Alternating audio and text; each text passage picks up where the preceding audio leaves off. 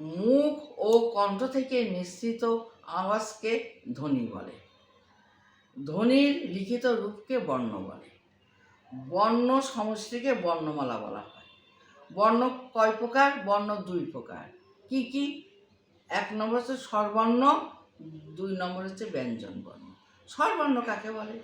যে বর্ণ অন্য বর্ণের সাহায্য ছাড়া নিজে নিজে উচ্চারিত হয় তাকে স্বরবর্ণ বলে। যেমন অ, আ, হস্যু, রি, এ, ওই, এইগুলি হচ্ছে স্বরবর্ণ। স্বরবর্ণ হচ্ছে 11টি। এগুলি এরা নিজে নিজে উচ্চারিত হচ্ছে, এদের উচ্চারণ করতে কারোর সাহায্য নিতে হচ্ছে না। এই স্বরবর্ণকে আমরা আবার 2 ভাগে ভাগ করি। একটা হচ্ছে হর্ষাস্বর অল্পপ্রাণ বর্ণ, আর একটা দীর্ঘস্বর মহাপ্রাণ বর্ণ। আচ্ছা, হর্ষাস্বর বর্ণ কাকে বলে?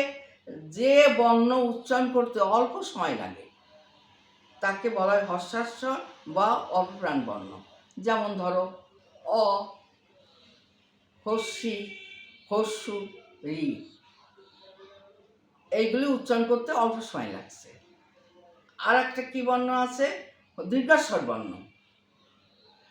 যে বর্ণ উচ্চারণ করতে বেশি সময় লাগে তাকে দীর্ঘস্বর বা মহাপ্রাণ বর্ণ বলে।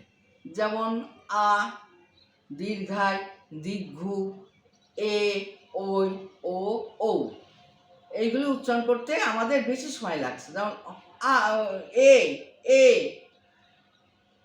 ওই, আ সময় বেশি লাগছে। এই জন্য এই বর্ণকে আমরা দীর্ঘস্বর বর্ণ বললাম।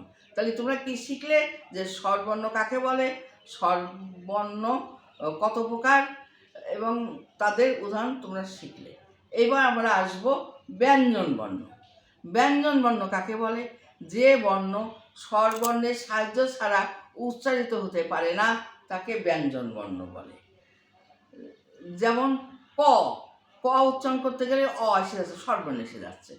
যদি বলো ট, দেখো স্বরবর্ণ এসে যাচ্ছে, অ স্বরবর্ণ এসে যাচ্ছে, ম স্বরবর্ণ এসে যাচ্ছে। তাহলে এই ব্যঞ্জন বর্ণ নিজে নিজে উচ্চারিত হতে পারে না, এটা উচ্চারণ করতে গেলে স্বরবর্ণের সাহায্য নিতে হয়। তাহলে ব্যঞ্জন বর্ণ হলো 39টি, ক থেকে চন্দ্রবিন্দু পর্যন্ত। তাহলে বর্ণ সম্বন্ধে তোমাদের ধারণা হলো তো?